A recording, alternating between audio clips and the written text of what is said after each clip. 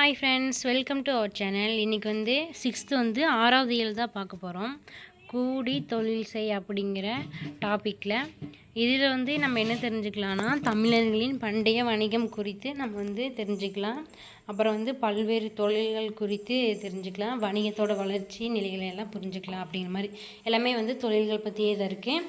சரி, ஓகே. இப்போ வந்து செய்யல் என்ன கொடுத்துருக்காங்கன்னா, நான் நிலம் படைத்தவன் அப்படின்னா, நானிலம்னா என்னென்னா, என்னோட நிலம் நானிலம் அப்படின்ற மீனிங் இல்லை, 4 கூட்டல் நிலம் பிரித்து எழுதுங்களா சொல்கிறோம். சரிங்களா? நானிலம்னா 4 நிலம் படைத்தவன். என்னது 4 நிலம்? குறிஞ்சி, முல்லை, மருதம், நெய்தல். அதை பற்றி தான் பார்க்க போகிறோம். இப்போ காட்டில் வந்து வாழ்ந்த மனிதங்க வந்து அந்த காடை வந்து திருத்தி விளைநிலங்களாக மாற்றினா, அப்புறம் பயிரை விளைவிச்சாங்க. அப்புறம் ஊரெலாம் உருவாக்கி அப்படியே படிப்படியாக நாகரிகம் வந்தது. அப்புறம் தொழில் மூலமாக தன்னோட வாழ்வை மேம்படுத்திட்டான். தொழிலும் வணிகமும் அவனோட வாழ்க்கையை வந்து உயர்த்துச்சு. அப்புறம் தமிழர்களுடைய வணிக மேன்மை வந்து இந்த அறிஞ்சிக்கலாம் அப்படின்னு சொல்கிறாங்க. கல்லெடுத்து முள்ளெடுத்து காட்டு பெருவெளியை மல்லெடுத்த திண்டோல் மரத்தால் வளப்படுத்தி அப்படின்னு ஆரம்பிக்குது.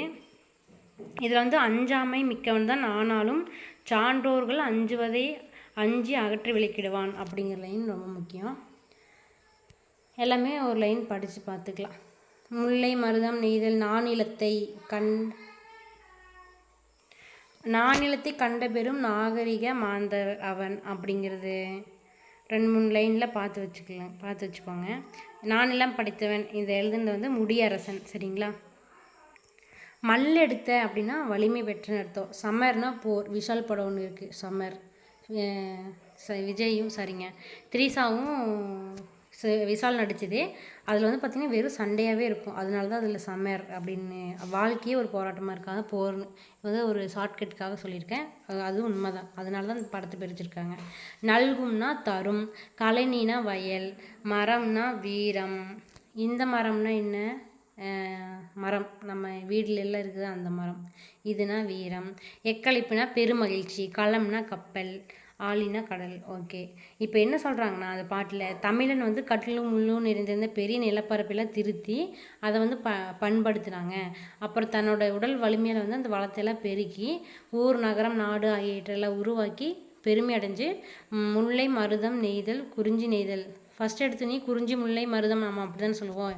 இதில் இந்த ஆர்டர் ஞாபகம் வச்சுக்கோங்க. முல்லை மருதம் அப்புறம்தான் குறிஞ்சி நெய்தல் என நிலத்தை வந்து வகைப்படுத்தணும் அப்படின்னு தெரிஞ்சு வச்சுக்கலாம். ஃபஸ்ட்டு முல்லை மருதம் மா, அப்புறம் குறிஞ்சி நெய்தல் கடைசியில் நமக்கு எப்பவுமே வரும். இதை மட்டும் ஞாபகம் வச்சுக்கோங்க. முல்லை மருதம் ஞாபகம் வச்சுக்கலாம். அப்புறம் பழந்தமிழரோட ஆழமான கடலை கடந்து பயணம் செஞ்சுருக்காங்க. அச்சதாரு போரில் கூட எளிதாக வந்து வெற்றி கண்டிருக்காங்க. இதெல்லாம் நம்ம முன்னோர்கள் எப்படி இருந்தாங்க அப்படின்னு சொல்கிறாங்க. பனி சூழ்ந்த அந்த இமயமலையின் தன் வெற்றி கொடியை அப்போவே நெட்டிருக்காங்க. சரிங்களா? அப்புறம் ஆழ்கடலில் மூழ்கி முத்தெடுத்திருக்காங்க. ஏலம் மிளகு ஆகியவற்றை பெருமகிழ்ச்சியோடு கப்பலில் ஏற்றி எல்லா கண்டனங்கள் தோறும் வணிகம் செஞ்சுருக்காங்க. இதில் என்ன சொல்கிறோன்னா, கப்பலில் உலகம் வந்து அவன் வந்து எதற்கும் அஞ்சாதவன், இருந்தாலும் சான்றோர்கள் சொல்கிற அந்த அஞ்சும் தீமைகள் கண்டு அஞ்சுவான். அப்படின்னா எதுக்கும் அஞ்சாதவன் தீமைகள் கண்டு அஞ்சுவானா அவங்க நல்ல உள்ளம் படைத்தவன் அப்படின்னு சொல்ல வராங்க. முடியரசனுடைய இயற்பெயர் வந்து துரைராசு. அவர் வந்து வீரகாவியம், பூங்குடி, காவியப்பாவை இந்த நூல்களை இயற்றிக்கிறாரு. திராவிட நாட்டின் வானம்பாடி என்று அழைக்கப்படுபவர் யார்?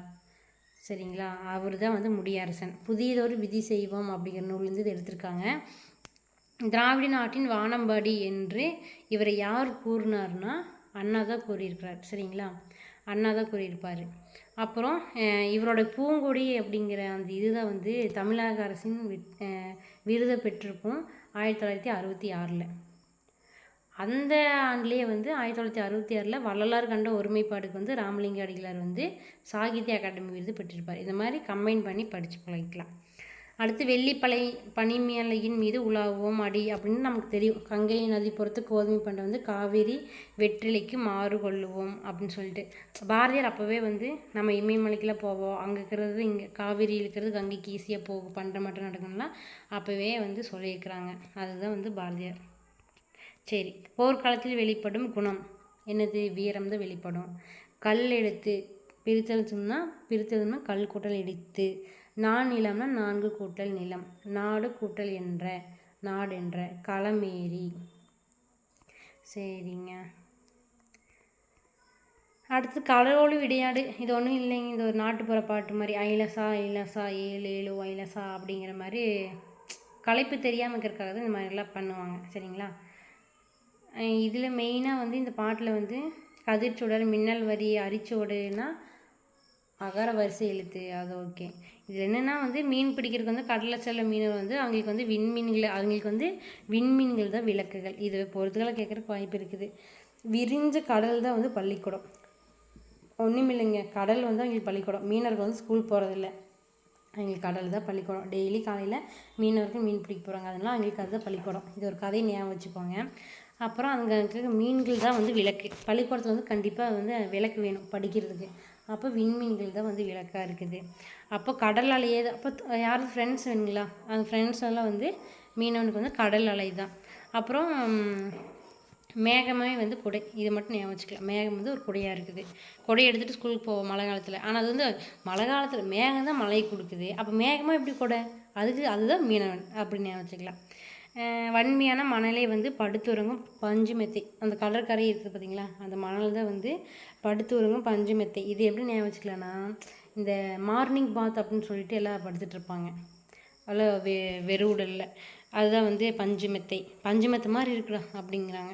சரி, விண்ணின் இடி வந்து அவர்களுக்கு காணும் கூத்து. அது சத்தம் வருது பார்த்தீங்களா, அது வந்து கூத்து அப்படின்னு நினச்சிக்கலாம். ஸ்கூல்லாம் வந்து சினிமா போட்டு காமிப்பாங்க, அதுங்களுக்கு வந்து அது இடி. அப்புறம் சீறி வரும் புயலை வந்து எங்களுக்கு ஊஞ்சலுங்களாமா. பார்த்துக்குங்க, ஊஞ்சல் வந்து புயல். பனிமூட்டம் தான் வந்து உடலை சுற்றும் போர்வை. சரி, பஞ்சு மெத்தை சொல்லிட்டீங்க. பனிமூட்டம்னு இப்படி ஒயிட் கலராக இப்படி படிஞ்சிருக்கும், அது வந்து போர்வை ஆயிடுச்சு அவங்களுக்கு. அனல் வீசும் கதிரின் ஒளிச்சுடர் தான் வந்து மேல் கூரை அவங்களுக்கு. சரி, கட்டுமரம் தான் அவரோட வாழும் வீடு. ஸ்கூலோட அந்த கிளாஸு கட்டுமரம். மின்னல் கோடு தான் வந்து அடிப்படை பாடம். மின்னல் கோடு போட்டால் தான் அதுக்கப்புறம் மார்ஜின் போட்டால் தான் எழுத முடியும். அதனால மின்னல் கோடு தான் வந்து அடிப்படை பாடம். வலை வீசி பிடிக்கும் மீன்கள் தான் வந்து செய்யும் தவம். வலை வீசி பிடிக்கும் மீன்களே அவர்களது செல்வம். நமக்கு கல்வி, ஸ்கூலுக்கு போகிறவங்களுக்கு கல்வி செல்வம், அவங்களுக்கு மீன்கள் செல்வம். முழு நிலவு தான் கண்ணாடி. பார்த்துங்க, நிலவு தான் அவங்களுக்கு கண்ணாடி. இது எப்படி ஞாபகம் வச்சுக்கலாம்னா, நம்மளுக்கு லென்ஸ் இப்படி இருக்கும், ஒரு குவி லென்ஸ் சயின்ஸ் லேபில் வட்டமாக. அவங்களுக்கு வந்து அந்த லென்ஸ் தான் வந்து கண்ணாடி தானே, அதுதான் வந்து அவங்களுக்கு இது என்னது நிலா. அப்புறம் மூச்சடக்கி செய்யும் நீச்சல் தான் அவர்கள் செய்யும் தவம். நம்ம மனப்பாடம் பண்ணிவிட்டு ஒரு மைண்டாக வச்சு மனப்பாடம் பண்ணால் தான் வந்து ஒரு தவம் மாதிரி இருந்தால் தான் நம்மளுக்கு மெமரி ஆகும். அதே மாதிரி அவங்க வந்து நாம் மனப்பாடம், அவங்க வந்து மூச்சடிக்க செய்கிற அந்த நீச்சல் தான் வந்து அவங்களுக்கு தவம். வானம் தான் அவங்க வழங்கும் தலைவன். மெயினாக வானம் தலைவன் ஞாபகம் வச்சுக்கோங்க. அவ்வளோதாங்க. இதுக்கு மேலே ஏதாவது கொஸ்டின் கேட்டாங்கன்னா வந்து கேளுங்க நீ. அடுத்தது நிலம் வந்து கடலும் சார்ந்த இடமும். பரதியார் அங்கே இருக்கிறவங்க மீன் பிடிக்கிறது, உப்பு விளைக்கிறது. மெயினாக வந்து அந்த பூ வந்து தாளம்பூ. அதை களைப்பு மறக்கிறதுக்கு தான் வந்து உற்சாகமாக பாடுறது நாட்டுப்புற பாடல். காதால் கேட்டு வாய்மொழியாக வழங்கப்பட்டு வரதுனால வந்து வாய்மொழி இலக்கியம் அப்படின்னு சொல்லுவாங்க. ஏற்றப்பாட்டு, ஓடப்பாட்டு முதலான தொழில் பாடலும் விளையாட்டு பாடல்கள், தாலாட்டு பாட முடியும்னா நாட்டுப்புற பாட்டில் வந்து அடங்கு. இதெல்லாம் வந்து சக்திவேல் தொகுத்த நாட்டுப்புற ஆய்வுங்கிற நூல் வந்து இருக்குது. சக்திவேல் தான் வந்து நாட்டுப்புறையில் வந்து தொகுத்துருக்காங்க. என் தம்பி பேர் சக்திவேலுங்க, அதனால் நான் ஞாபகம் வச்சுட்டேன். உங்களுக்கு தகுந்த மாதிரி நீங்கள் ஞாபகம் வச்சுக்கோங்க. அப்புறம் இன்னொன்று ஷார்ட்கட்னா பொதுவாக காமனாக சொல்கிறது மட்டும்தான் ஒரு சிலது இருக்கும். இன்னொன்று இப்போது உங்களுக்கு பிடிச்சவங்க எங்கள் வீட்டில் இருப்பாங்க அந்த நேமில், அப்படி கூட ஞாபகம் வச்சுக்கலாம். உங்களுக்கு எது ஈஸியாக அந்த மாதிரி ஷார்ட்கட் ஞாபகம் வச்சுக்கலாம். நான் வந்து உங்களுக்கு நான் சொல்கிறது பிடிச்சிருந்துச்சுன்னா நீங்கள் அதை எடுத்துக்கலாம். இல்லை உங்களுக்கு எப்படியாவது இருந்துச்சுன்னா நீங்கள் படிச்சுக்கலாம், தாராளமாக படிச்சுக்கலாம், தான் பிரச்சனை இல்லை. கதிர் சுடர் என்னும் சொல்லை பிரித்தெழுத கிடைப்பது கதிர் கூட்டல் சுடர். மூச்சு கூட்டல் அடக்கி. பெருமை வானம் பெருவானம் அடிக்கும் மலை. விடிவெள்ளிங்கிறது என்னது? விளக்கு. மணல்ங்கிறது பஞ்சு மெத்தை. புயலுங்கிறது ஊஞ்சல். பனிமூட்டங்கிறது போர்வை. ஈஸியாக நம்மளுக்கு விளங்குச்சு பார்த்தீங்களா? சும்மா பார்த்தீங்கன்னா கண்டிப்பாக படிக்க முடியாது. அடுத்து வந்து வணிகம். வளரும் வணிகம். மனுஷங்க வாழ்க்கையில் வந்து வணிகம் வந்து ரொம்ப பெரிய பங்கு கிடைக்கிது.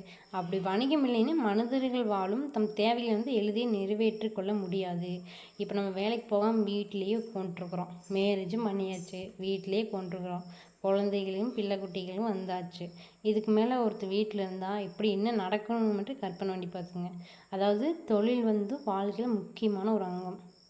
முக்கியம். அது மாதிரி வணிகம் வந்து பல வகையில் நடைபெறுது.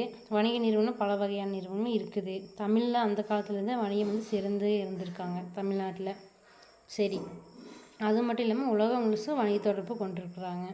மனிதன் வந்து தமக்கு தேவையான எல்லா பொருளையுமே தானே உற்பத்தி செய்து கொள்ள முடியாது. கண்டிப்பாக இப்போ ஒரு விவசாயி வந்து விவசாய பொருள் மட்டும் உற்பத்தி செய்ய முடியும்.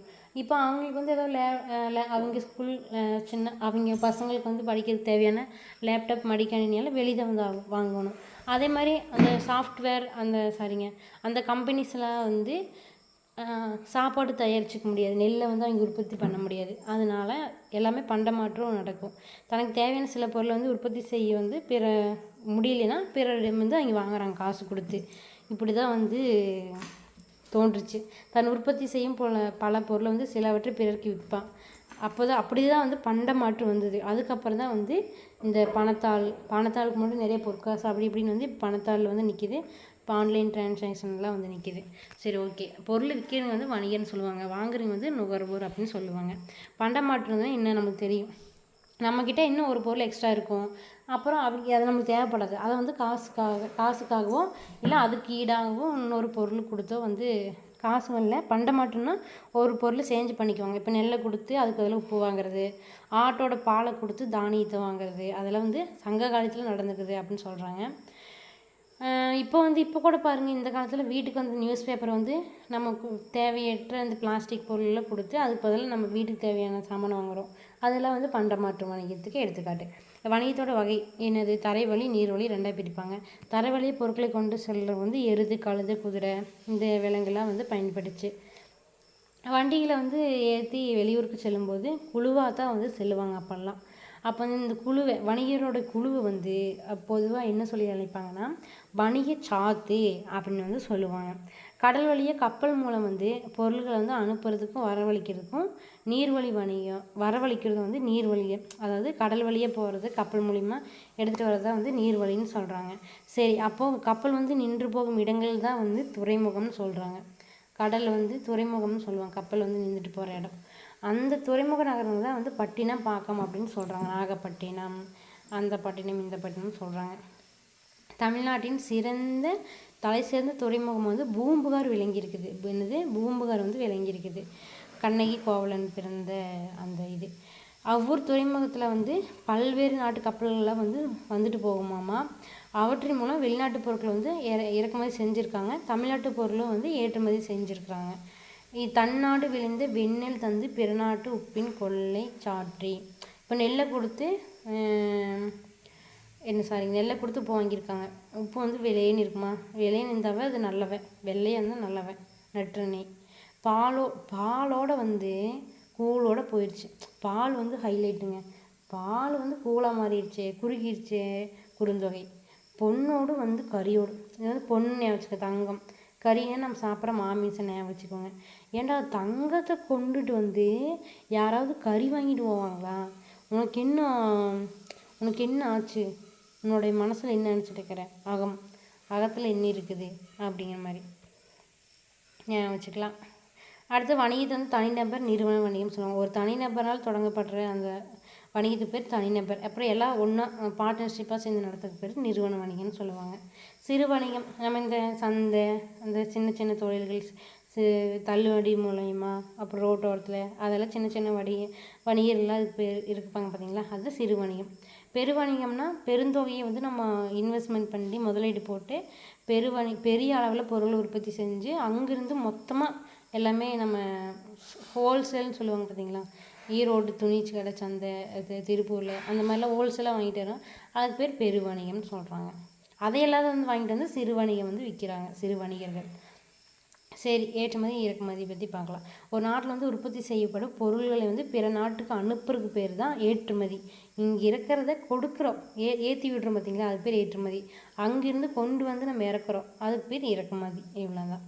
பிற நாடுகளில் இருந்து பொருட்களை வாங்குவது இறக்குமதி. சொல்லிட்டாங்களா? சரி, ஓகே. பழங்காலத்தில் வந்து தமிழ்நாட்டிலிருந்து தேக்கு, மயில் தோகை, அரிசி, சந்தனம், இஞ்சி, மிளகு இது எப்படி ஞாபகம் வச்சுக்கலாம்னா, ஃபஸ்ட்டு அரிசி எடுத்துக்கோங்க, அப்புறம் இஞ்சி மிளகு. சரிங்களா, ஒரு சாப்பாட்டுக்கு இஞ்சி மிளகு அவசியம். சந்தனம் எதுக்குன்னா, இது எப்படி ஞாபகம் வச்சுக்கலாம், அரிசி ஞாபகம் வச்சுக்கலாங்க. அரிசி இஞ்சி மிளகு ஞாபகம் வச்சுக்கலாம். மயில் தொகை கண்டிப்பாக நமக்கு தெரியும். தேக்கு சந்தனம். சந்தனம் வந்து தெரியும், தமிழ்நாட்டிலேருந்து தான் அதிகமாக போகுது. தேக்கு மட்டும் கொஞ்சம் எக்ஸ்ட்ரா ஞாபகம் வச்சுக்கோங்க. சீனாவிலேருந்து கண்டிப்பாக கண்ணாடி கற்பூரம் பட்டு சீனா தாங்க. சீனாவில் பட்டு தான். கண்ணாடி கண்ணாடி கற்பூரம் அப்படின்னாவே கண்ணாடி கற்பூரம் ஞாபகம் வந்துடும். சரி, அரேபியாவிலேருந்து குதிரை ஏற்றுமதி இறக்கப்பட்டிருக்காங்க. இது வந்து தெரிஞ்ச ஒன்று, ரிப்பீட்டடாக படிச்சிங்கன்னா தெரியும். வணிகத்தில் வந்து நேர்மை அப்படின்னா, அந்த காலத்தில் திருக்குறள் என்ன சொல்லியிருக்காங்கன்னா, நேர்மையாக தான் வந்து தொழில் செஞ்சுருக்காங்க. அப்படிங்கிறது வந்து வாணிகம் செய்வார்க்கு வாணிகம் பேணி பிறவும் தம்மை போல் செய்யின் அப்படிங்கிற ஒரு திருக்குறள் வந்து வாணியோட நேர்மையை பற்றி குறிப்பிடுது. இப்போ இந்த குறளை குறித்து இந்த குறள் என்ன சொல்லுதுன்னு கூட சொல்லுவாங்க. வணிகரின் நேர்மையை பற்றி கூறுது. வாணிகம் செய்வார்க்கு வாணிகம் பேணி பிறவும் தம்மை போல் செய்யின். வணிகர்கள் வந்து பொருளை வந்து வாங்கும்போது உரிய அளவை விட அதிகமாகவும் கொடுக்க மாட்டாங்க. சரிங்க, அப்படி இல்லை, உரிய அளவை விட அதிகமாக வாங்க மாட்டாங்க. அதே மாதிரி பிறருக்கு கொடுக்கும்போது குறைச்சி கொடுக்க மாட்டாங்க, கரெக்டாக கொடுப்பாங்க. இதைதான் வந்து நடுவு நின்ற நன்னெஞ்சினோர் அப்படின்னு பட்டினப்பாளையம் வந்து சொல்லுது. இப்போ இணைய வழி கடையில் சென்று பொருளை வாங்க நேரம் இல்லாதவங்களுக்கு வந்து இப்போ இணையத்துலேயே வந்து ஜொமேட்டோ அதில் ஆர்டர் பண்ண சாப்பாடே வந்துடுது. அதேமாதிரி இப்போ என்னது நிறைய ஜிபே அது இதுன்னு வந்துச்சு. இப்போ அதை பற்றி தான் சொல்கிறாங்க. அப்புறம் பெற்றுக்கொண்ட பணம் மின்னணு பரிமாற்றம் அது சொல்கிறோம் பார்த்தீங்களா, அதுதான், வேறு ஒன்றும் இல்லை. கொள்வதும் மிகக்கூடாது, கொடுப்பதும் குறைபடாது, அதுவும் பட்டினப்பாளையம் தான். இது கோடமை சான்றோர்க்கு அணி. இது பார்த்தாவே திருக்குறளில் கண்டுபிடிச்சிக்கலாம். வீட்டிற்கு பயன்பாட்டிற்காக பொருள் வாங்குபவர் வந்து நுகர்வோர். வணிகச்சாத்து. பண்டம் கூட்டல் மாற்று பண்டமாற்று. மின்னணு மின் கூட்டல் அணு. அடுத்தது விரிவடைந்த விரிவு கூட்டல் அடைந்த. அவ்வளோதாங்க. கரன்சி நோட் இதுக்கெல்லாம் கண்டிப்பாக நமக்கு தெரியும். பேங்க்னா வங்கி. சரிங்களா, பேங்க்னா வந்து வங்கி. அப்புறம் செக்குனா காசோலை. அடுத்தது டிமாண்ட் டிராஃப்ட் அப்படின்னா வரைவோலை. இவ்வளோ எல்லாம் கொண்டு விட்டு போட்டு எதையோ கொண்டு போய் கேட்டு வச்சுட்டாங்க பார்த்தீங்களா குரூப் 2ல். இந்த மாதிரி எல்லாமே படிக்கணும். டிஜிட்டல்னால் மின்னணு மையம் டிஜிட்டல் ஆயிடுச்சு. அடுத்து கிரெடிட் கார்டு அப்படின்னா இது வரும். கிரெடிட் கார்டுனா கடன் அட்டை.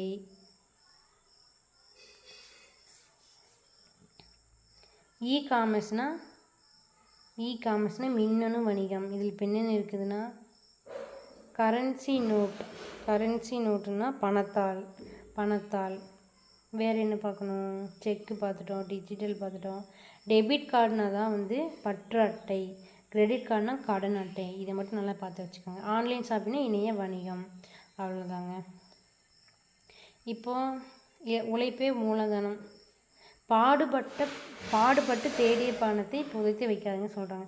கஷ்டப்பட்டு பாடுபட்ட பணத்தை வந்து புதைச்சி வைக்காதீங்க அப்படின்னு சொல்கிறது ஔவையார். இதை மட்டும் ஞாபகம் வச்சுக்கோங்க. இது வந்து ஒரு கதை, தேவையில்லை. சுட்டு எழுத்துக்கள் வினா எழுத்துக்கள். சுட்டு எழுத்துக்கள் 3 வகை. 3மே சுட்டெழுத்து. ஆ இ ஊ.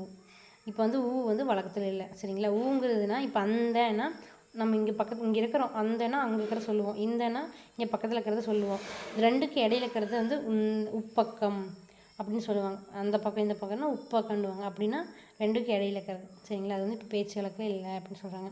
அகச்சுட்டுனா இப்போ அவன் இவன் அது இது அப்படின்னு சொல்கிறோமா, இதை வந்து அந்த எழுத்தை நீக்கிட்டாவே வந்து சுட்டு எழுத்துக்களை வந்து நீக்கினாவே வந்து மீனிங் தராது, பொருள் தராது. அதனால வந்து இதை அகச்சுட்டுன்னு சொல்கிறாங்க. புறச்சொட்டுனா ஆ ஈ தூக்குனாவே வானம் மலை இதில் பொருள் தருதா, அது மாதிரி புறச்சொட்டு. அகச்சுட்டு புறச்சொட்டு. அப்போ அண்மை சுட்டுனா இதே மாதிரி தான், அருகில் இருக்கிறத வந்து சொல்கிறது. சேமை சுட்டுனா தொலைவில் இருக்கிறத சொல்கிறது. அவர் அது இது. ஈனா வந்து பக்கத்தில் இருக்கிறதுன்னு அர்த்தம். இது அது இப்போ அம்மரம் அவள் இம்மரம் அப்படின்னு சொல்கிறாங்களா, அம்மரம் இவ்வீடு அப்படி தான் வந்து அந்த இந்தன திரிஞ்சு வருது. சரிங்களா, அதை தான் வந்து சுட்டு திரிப்புன்னு சொல்கிறாங்க. அம்மரம் இவ்வீடு அவ்வீடுன்னு சொல்லணும். அந்த வீடு இந்த வீடு அப்படின்னு சொன்னால் அது வந்து சுட்டு தெரியுது. சரிங்களா? அவ்வளோதான். வினா எழுத்துக்கள் வந்து 5 வகைப்படும். ஏயா, ஆ, ஓ, ஏ. சரிங்களா? இதனை எப்படி ஞாபகம் வச்சுக்கணும்னா, ஆயான்னு சொல்லுவாங்க எங்கள் ஊரில் பாட்டிங்கெல்லாம். கூப்பிட்றாங்க நம்மளை, ஏயா அப்படின்னு வச்சுக்கோங்க. அவங்க வந்து ஓ, ஏ, அப்படியா அப்படிம்பாங்க. அது மாதிரி ஞாபகம் வச்சுக்கிறேன். சிரிப்பாக தான் வரும், பரவாயில்ல. இந்த ஏ வந்து முன்னாடியும் வரும், பின்னாடியும் வரும். ஏன், நீ தானே அப்படின்னு ஏ வந்து ரெண்டுலேயுமே வரும். ஆனால் இறுதியில் வர்றது இந்த 2 ஏயா, ஆவோ, அதெல்லாம் வந்து இறுதியில் மட்டும்தான் வரும். சரிங்களா? 2-3 டைம் பார்த்தீங்கன்னா படிச்சிங்கன்னா கண்டிப்பாக மெமரி ஆகும். இது பார்க்குறது மட்டும் இல்லாமல் நீங்களும் படிக்கணும். அகவினா அதே மாதிரி தாங்க. அதில் வந்து சுட்டு எழுத்து அக சுட்டு புற சுட்டு, இது அகவினா புறவினா. ஏ ஏ ஏ யா அந்த மாதிரி எழுத்துக்கு நீக்கினா வந்து பொருள் தராது. அதுதான் அகத்தேர்ந்து பொருள் தருது. அதே மாதிரி அவனா, ஆவை தூக்குனா அவனா, வருவானா. ஆவோ வினா எழுத்துக்களையும் நீக்கினாலும் ஓ லாஸ்ட்டாக வருது பார்த்தீங்களா, நீக்கினாலும் வந்து மீனிங் வருது, அவன் தான் வருவான் அப்படிங்கிற மாதிரி.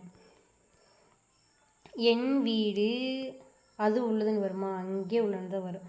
தம்பி இங்கே வா, நீ எங்கே தேங்கி இருக்குது நீர், யார் யாது தெரியுமான்னு சொல்ல மாட்டேன், அவர் தெரியுமா. உன் வீடு எங்கே உள்ளதுன்னு தான் நம்ம சொல்லுவோம். அவ்வளோதாங்க.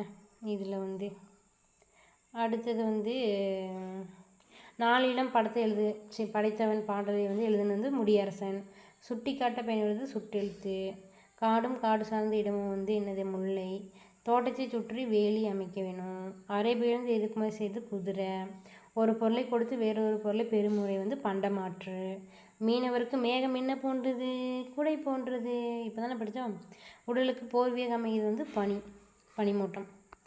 சரி, பண்டம்னா இப்படி இங்கேருந்து பார்க்கலாம், இப்படி தான் கேட்பாங்க. கமோடிட்டினா பண்டம், ஃபெரிஷ்னா பயணப்படகுகள், ஹெரிடேஜ்னா பாரம்பரியம், கன்சூமர் நுமர். இதுக்கெல்லாம் ஒன்றுமே பண்ண முடியாது, மனப்பாடம் பண்ணிடுங்க.